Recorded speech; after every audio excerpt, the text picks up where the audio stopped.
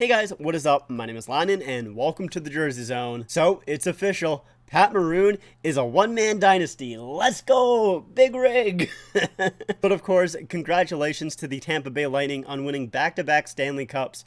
That is an impressive feat, especially in the cap era, and I will get to, the cap stuff and everything like that a little bit later on this video because that was a huge talking point in these playoffs here, but first off, I wanted to talk about the Montreal Canadiens and the run that they went on. Because even though I'm a Leafs fan, and I'm still salty about the first round, because how can you not be?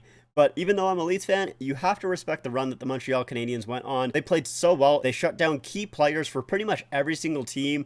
Matthews really didn't do that much. Marner didn't really do that much. Then with the Jets, you had Scheifele, who was obviously suspended, and Wheeler and Connor didn't really do a ton in that second round there. And then against Vegas, like the entire forwards of Vegas really didn't do that much in the entire series there. They had 5 goals in total in those 6 games in that series. They really didn't do that much. And even against the Lightning here, I think they did a pretty good job shutting down key players with the Lightning, although it is very hard to shut down a lot of the Lightning's offense because they're just so deep. If you shut down Stamkos, if you shut down Point, you still have Cirelli and Kucherov, and then you have their depth and everything like that.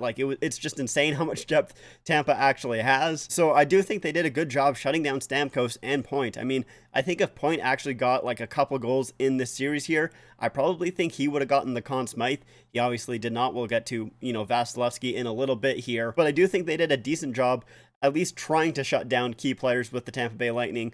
Obviously, Kucherov still had a really good series, and Tampa as a whole had a pretty good series, but it is hard to stop Tampa because they are the Tampa Bay Lightning. It's not easy. And even so, they did a really good job with their penalty kill as well. I mean, after Game 4 of the first round, I think the Canadiens only let in 2 power play goals, and I think that might have been on 40-something attempts or something like that. I'm not 100% sure about the numbers, but either way, they only let in 2 power play goals against the Tampa Bay Lightning, who have an extremely good power play. So you just have to give props to the Montreal Canadiens and the run that they went on. I mean, if I was a fan of the Canadiens, I would be happy. I mean, obviously, I would be a little upset that they lost in the finals there, of course, but that was an unexpected run, and that would have been a lot of fun as a fan. I mean, I even kind of had a little bit of fun watching their run, and I was definitely not cheering for the Habs at all, so I couldn't imagine what it's like as a fan. I really hope that one day my team can do that. I really don't think that they're going to, though, but anyways, huge props to the Canadiens. I'm kind of upset that they lost in a way because, I do want Carey Price to get a Stanley Cup. I think he deserves it. He played really well in these playoffs, except for, there were some people criticizing him for the first 3 games of this series, and I kind of get it in a way because his save percentage was under 900, I believe, but honestly, I don't really blame him for a lot of the goals. A lot of the goals was just really good opportunities by the Tampa Bay Lightning, whether it be poor defense from the Montreal Canadiens or just really good offense from the Tampa Bay Lightning or a mix of both. I really don't blame him on a lot of those goals, so I kind of understand why people are blaming him, but at the same time, he kind of was the reason that you got to the finals anyways, so it's kind of hard to, put it all on him, but still, he had a good playoffs either way, even with those first 3 games not being his best. He still had a really good playoffs, and I'm kind of upset, like I said. I do want him to win a cup eventually, but I also don't want it to be with the Canadiens. I kind of want it to be with another team. Now let's actually talk about the Stanley Cup champions, the Tampa Bay Lightning. Now, first off, I do want to talk about how people are probably going to put asterisks on these 2 cups that the Tampa Bay Lightning have won.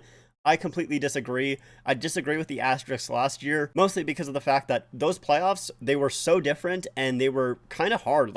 You had to do back-to-back games. You didn't have to travel or anything like that, which is a huge kind of positive there, but they had to stay away from their families for, 2 months or something like that? However long they took. I forget how long they took, but they had to stay away from their families from that long. They had to isolate in their rooms. It sounded like the Edmonton bubble really sucked and was not a lot of fun to be in. So I really don't think that you should put an asterisk on that cup. And I mean, the Tampa Bay Lightning were the best team kind of coming into those playoffs anyways. I think personally, at least. I mean, you could have had Chicago winning the Stanley Cup in that year if Chicago got out of the first round after they beat Edmonton. If that was, the case, I can kind of see it, but, it was the Tampa Bay Lightning. I do think they probably won the cup anyways, even if that year wasn't shortened, even if they didn't have the bubble playoffs, all that stuff. I don't think that year should deserve an asterisk. And then for this year, I definitely do not think so, because this regular season was an absolute mess. There were so many games so close together, a 56-game schedule, and on top of that, you had all of the kind of COVID restrictions, and then you had the COVID shutdowns and everything like that. I really don't think that you should put an asterisk on this season.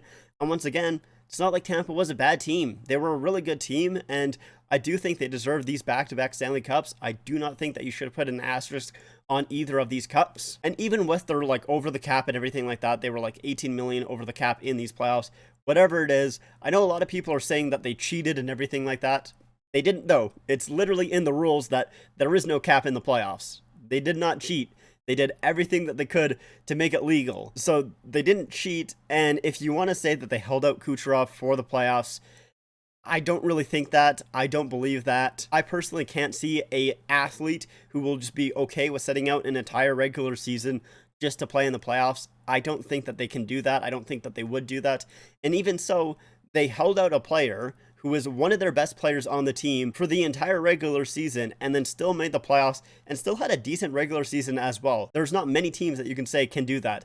I mean, if you took off majority of those star players on any individual team, they probably don't make the playoffs. For example, let's use the Leafs, my favorite team. If you took off Matthews for the entire season, I don't know if the Leafs make the playoffs. They definitely do not play as well as they did this season for sure in the regular season. But Tampa just has so much depth that even if they lose one of their star players, they can still replace him and still have a good lineup and everything like that. But yeah, I really don't buy into the 18 million over the cap, cheating kind of controversy sort of thing. I really don't think it's a big deal. Like I said, I don't think they would hold out Kucherov for an entire season just so he can play in the playoffs. I don't think that they would do that. And even so, if they did do that, in 2015, the same thing happened. The Chicago Blackhawks, I think Kane got hurt and then came back for the playoffs. They were a lot over the cap in that playoffs, and they won the cup. And that was against the Tampa Bay Lightning. And now the Lightning are doing the same thing. So I really don't think that it's that big of a deal. Do I think that they probably changed the rules now that the Tampa Bay Lightning have won the cup?